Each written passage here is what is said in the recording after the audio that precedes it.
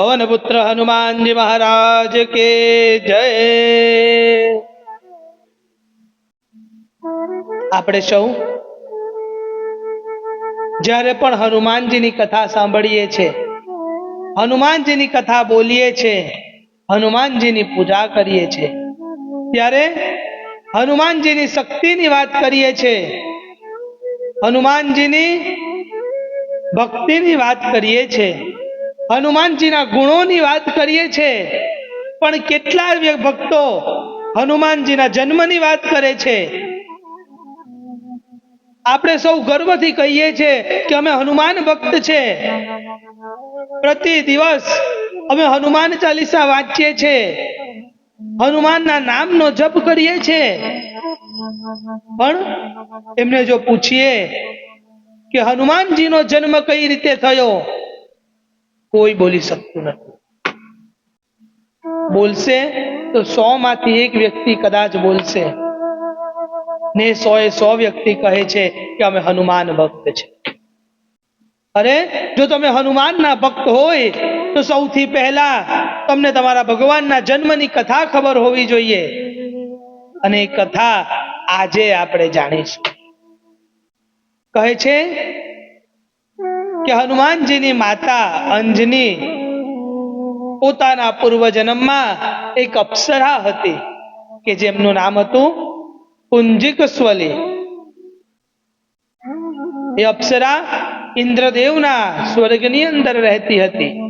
એક વખત જ્યારે ઋષિ દુર્વાસા ઘોર તપસ્યા કરે છે અને તપસ્યાથી ઇન્દ્રદેવને બીક લાગવા લાગે છે, ભય લાગવા લાગે છે, અને ઇન્દ્રદેવ અપ્સરાને કહે છે કે તમે ઋષિ દુર્વાસા પાસે જાઓ અને ઋષિ દુર્વાસાની તપસ્યાનો ભંગ કરો।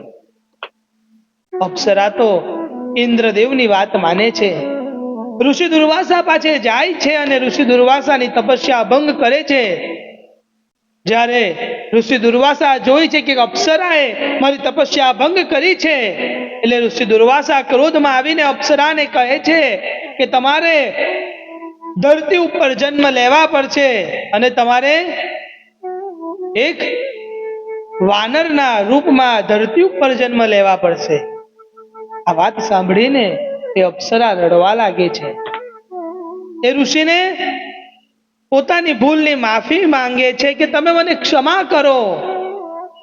આ વાત સાંભળીને ઋષિ દુર્વાસા શાંત થાય છે અને અપ્સરાને કહે છે કે તમારે ધરતી ઉપર તો જન્મ લેવા જ પડશે, કારણ કે મારો શ્રાપ છે અને શ્રાપ કોઈ દિવસ ખોટો નથી થતો। પણ તમે ધરતી ઉપર જન્મ લેશો અને વાનર રાજ કેસરી સાથે તમારા વિવાહ થશે અને તમને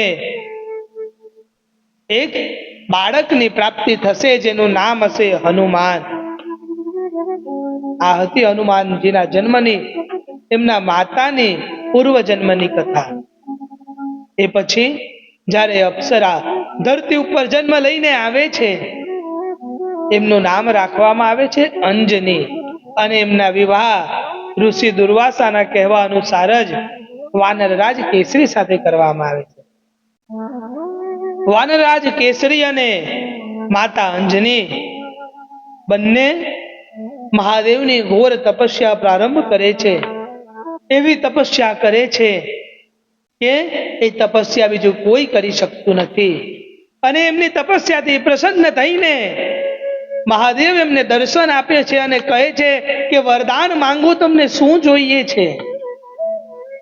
માતા અંજની વરદાન માંગે છે કે મહાદેવ અમને એવું સંતાન આપો કે જેની શક્તિ રુદ્ર સમાન હોય, જેનો વેગ વાયુ સમાન હોય અને જેની બુદ્ધિ એ ગણપતિ સમાન હોય, એવો સંતાનની પ્રાપ્તિ અમને કરાવો।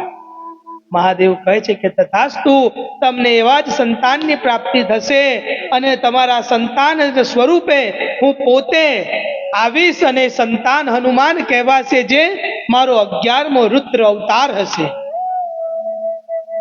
સમય વીતે છે। બીજી બાજુ રાજા દશરથ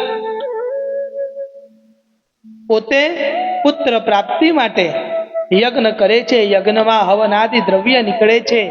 એ ખીર રાજા દશરથ પોતાની ત્રણેય પત્નીઓને વેચે છે.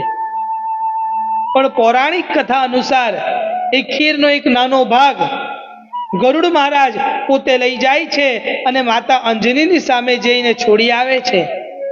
માતા અંજની એ ખીરનો પ્રસાદ ગ્રહણ કરે છે અને એમના કોકની અંદર એ પ્રસાદ જતા એમના કોકની અંદર, એમના ગર્ભની અંદર એક બાળક જન્મ લે છે. અને જ્યારે બાળક એ ધરતી ઉપર આવે છે ત્યારે બાળકને આપણે સૌ હનુમાન તરીકે જાણીએ છીએ. એમનું નામ હનુમાન રાખવામાં આવે છે અને એમનો વેગ પવન સમાન હોવાથી આપણે સૌ એમને પવન પુત્ર હનુમાનજી મહારાજ તરીકે જાણીએ છીએ. અને આ કથા દરેક ભક્તોને ખબર હોવી જોઈએ, ભલે હનુમાન ભક્ત હોય કે બીજા કોઈ પણ ભક્ત હોય, દરેક સનાતનીઓને હનુમાનજીના જન્મની કથા ખબર હોવી જોઈએ.